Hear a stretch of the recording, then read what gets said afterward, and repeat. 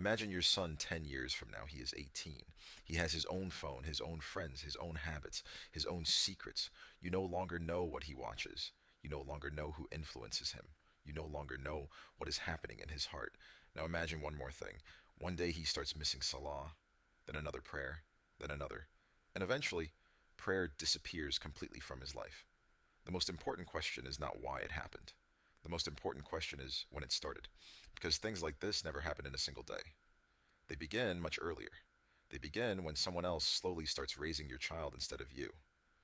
Most parents think the problem is the phone, but the phone is not the real problem. Nobody becomes addicted to a piece of glass and plastic. People become addicted to what they receive through the screen. Look carefully. In games, children experience achievement. Every victory creates a dopamine reward. Every new level makes them feel successful. On TikTok, they receive emotions. Every few seconds, there is something new, something funny, something exciting, something surprising. On social media, they receive attention, likes, comments, followers. In online communities, they receive a sense of belonging, the feeling that someone understands them, the feeling that they are part of something bigger. Algorithms understand human psychology extremely well. They know how to capture attention. They know how to build habits. They know how to keep people coming back again and again. And that is why screens are so difficult to compete with, because they are constantly meeting needs that many children are struggling to meet elsewhere. But now I want to ask you a painful question. If you removed every screen from your child's life today, what would remain? Would real friends remain? Would meaningful goals remain? Would interesting activities remain? Would a sense of purpose remain? Would a sense of achievement remain? Or would only boredom remain? This is where the real problem begins.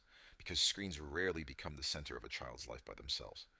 Most of the time, screens simply occupy empty space, empty time, empty attention, empty emotions, empty relationships.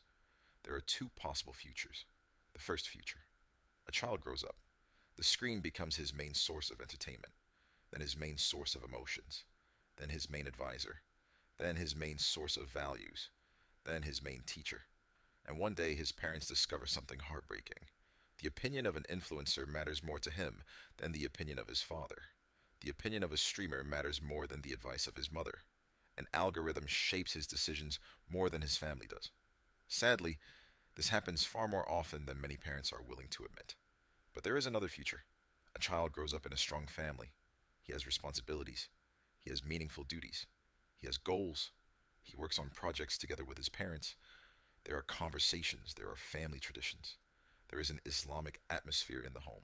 There are people who listen to him. There are people who need him. There is a place where he feels important. In that kind of environment, screens do not disappear. Technology remains part of life, but it stops being the center of life. That is why the problem was never technology itself. The real problem is that technology often gives children things they are not receiving elsewhere: attention, achievement, emotion, belonging, purpose. Screens are not winning because they are stronger than parents. They are winning because they are solving problems that many families are leaving unsolved. Islam looks at this issue much more deeply. When Allah made parents responsible for their children, He did not simply command them to prohibit things. Prohibiting is the easiest part.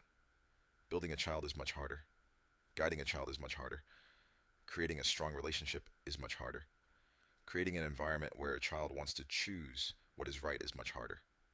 Islam was never built on prohibitions alone.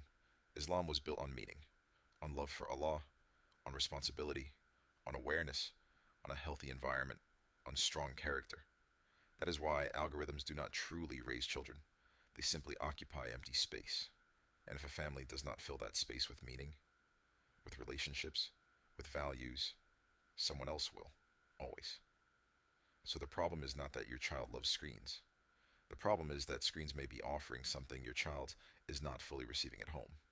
And the most important question today is not how many hours your child spends on a phone. The deeper question is this: who is raising your child today? You or the algorithm?